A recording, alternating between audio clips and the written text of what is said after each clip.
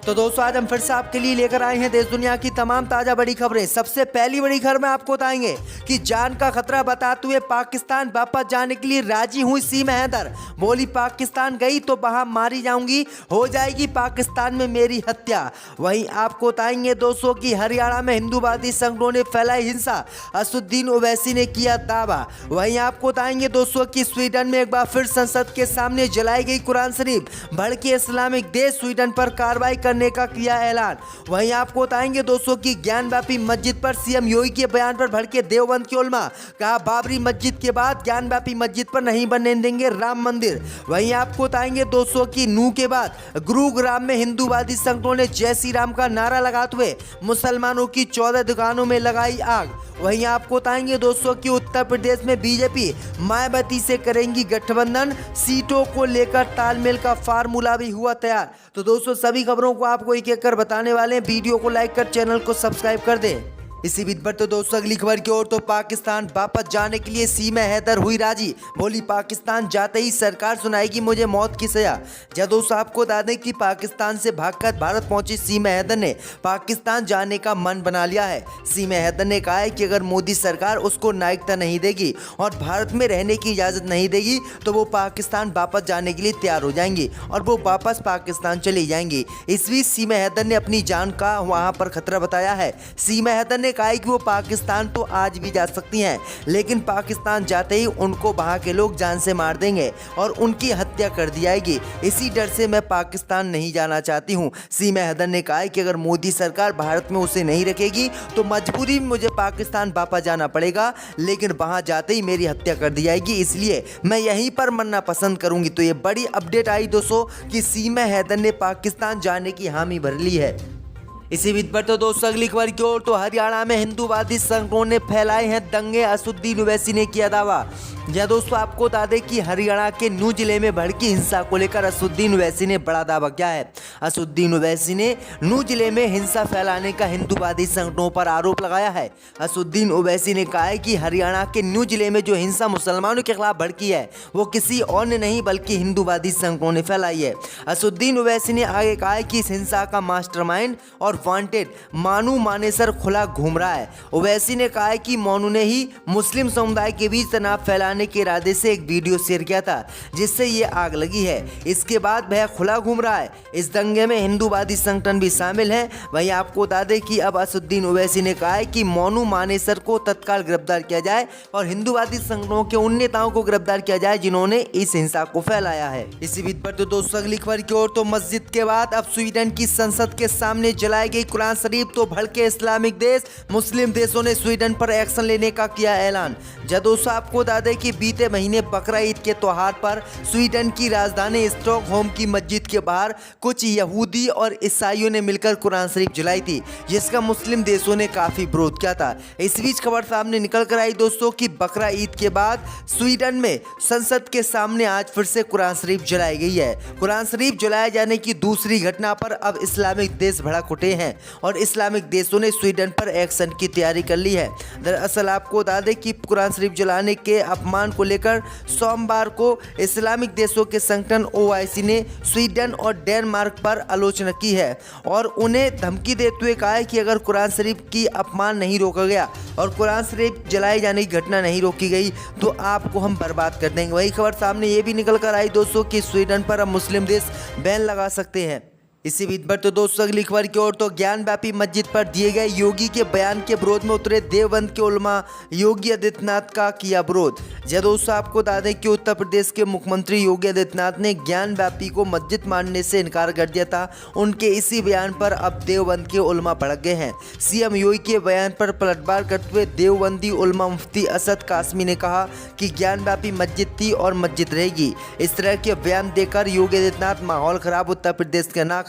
पुराने समय में भाले और तलवारें और लड़ाई लड़ी जाती थी, ऐसे बयान देकर लोगों को भ्रमित ना किया जाए। वहीं देवबंदी उलमा अरशद फारूकी ने सीएम योगी के बयान पर प्रतिक्रिया देते हुए कहा कि ज्ञानव्यापी मस्जिद का मामला कोर्ट में है, मस्जिद कमेटी और मुस्लिम पर्सनल लॉ बोर्ड इसे देख रहा है। हमें उम्मीद है कि कोर्ट सबूतों की रोशनी में सही फैसला तक पहुंचेगा। हम देश के अमन और खुशहाली की तमन्ना करते हैं।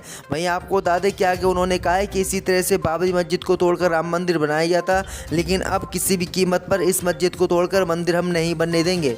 इसी बीच बढ़ते दोस्तों अगली खबर की ओर तो जांच एजेंसियों की पूछताछ में सीमा हैदर ने किया बड़ा खुलासा। कहा सिंध से बार बार जाती थी मैं कराची मिलने। जय दोस्तों आपको बता दें कि पाकिस्तान से अपने 4 बच्चों के साथ भारत आई सीमा हैदर से पूछताछ में बड़ा खुलासा हुआ है। एजेंसी सूत्रों के मुताबिक सीमा हैदर का कराची कनेक्शन निकला है। वह सिंध से कराची बार बार जाती थी। उसने दुबई के जरिए नेपाल और फिर आने से पहले कराची में कई दिन बिताए थे। ऐसे में बड़ा सवाल यह है कि जब उसका पति गुलाम हैदर 4 सालों से सऊदी अरब में काम कर रहा था तो वह बार बार कराची के चक्कर क्यों लगाती और वहां रुकती थी। सीमा किससे मिलने जाती थी। जांच एजेंसियों को ये बात खटक रही है। अभी तक सीमा हैदर ने कोई संतोषजनक जवाब नहीं दिया है। एजेंसियों को शक है कि कहीं क्या सीमा के संबंध किसी ISI एजेंट से तो नहीं। सिंध से कराची की यात्रा बार बार करना एजेंसियों को शक पैदा कर रहा है। तो ये बड़ी अपडेट आ रही दोस्तों। इसी बीच बढ़ते दोस्तों अगली खबर की ओर तो ताजा सर्वे के रिजल्ट ने बीजेपी को दिया झटका, कांग्रेस को मिली खुशी। इस पोल के नतीजे आपको चौंका देंगे। जय दोस्तों आपको बता दें कि अगले वर्ष 2024 के अप्रैल मई में संभावित लोकसभा चुनाव के नतीजे काफ़ी चौंकाने वाले हो सकते हैं। एक सर्वे के मुताबिक अगर इस समय आम चुनाव करा दिए जाएं तो बीजेपी को नुकसान और कांग्रेस को फायदा होने वाला है। केंद्र की मोदी सरकार को जीत की हैट्रिक से रोकने के लिए विपक्षियों ने 26 दलों को मिलाकर इंडिया गठबंधन बनाया है। वहीं बीजेपी ने तीसरा बार सत्ता में काबिज होने के लिए एनडीए में कुछ और दलों को जोड़कर अपना कुनबा 39 पार्टियों का कर लिया है। वहीं आपको बता दें कि अब खबर सामने निकल कर आई दोस्तों की 543 लोकसभा सीटें देश में हैं। अगर दोस्तों इस समय चुनाव होते हैं तो 318 प्लस सीटें कांग्रेस पार्टी को मिलेंगी। वहीं 175 सीटें बीजेपी को मिलती हुई दिखाई दे रही हैं, जबकि अन्य के खाते में 50 सीटें जा रही हैं। पिछले लोकसभा चुनाव 2019 की तुलना में एनडीए को काफ़ी नुकसान होता दिख रहा है, यानी 35% नुकसान जो है बीजेपी को हो रहा है। तो ये बड़ी अपडेट आई दोस्तों कि भाजपा को बड़ा झटका इस ताज़ा सर्वे से लग रहा है। इसी बीच पर तो दोस्तों अगली खबर की ओर तो जय श्री राम के नारे लाकर नूह के बाद गुरुग्राम में हिंदूवादी संगठनों ने दुकानों में की तोड़फोड़, कई गाड़ियों को लगाई आग। जय दोस्तों आपको बता दें कि हरियाणा के नूह में सांप्रदायिक झड़प के एक दिन बाद मंगलवार को गुरुग्राम के बादशाहपुर में हिंसा भड़क उठी।